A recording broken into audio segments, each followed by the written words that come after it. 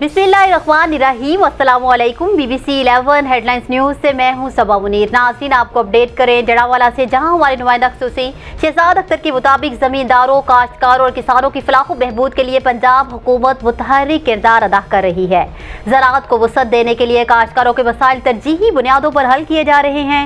کسان کارڈ کا اجرا موجودہ حکومت کے کسانوں کو پاؤں پر کھڑا کرنے کے لیے احسن اقدام ہے، جو زراعت میں توسیع کا سبب بن رہا ہے۔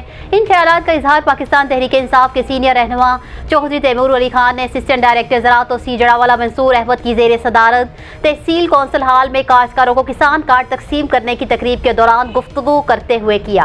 اس موقع پر اسسٹنٹ ڈائریکٹر زراعت توسیع منصور احمد نے بتایا کہ محکمہ زراعت نے جڑانوالہ میں 50,000 سے زائد کاشتکاروں کو رجسٹرڈ کیا ہے۔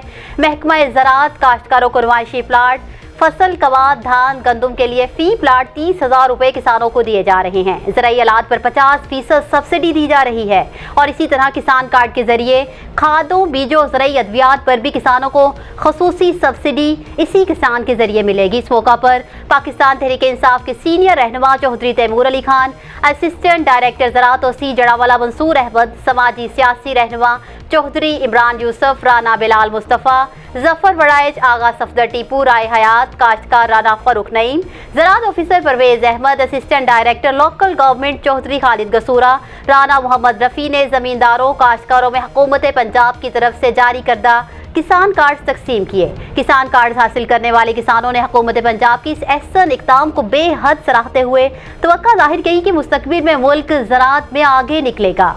نیوز اسٹوڈیو سے فی الوقت اتنا ہی۔ مزید تفصیلات اور اپڈیٹس کے لیے دیکھتے رہیے B B C 11 headlines news.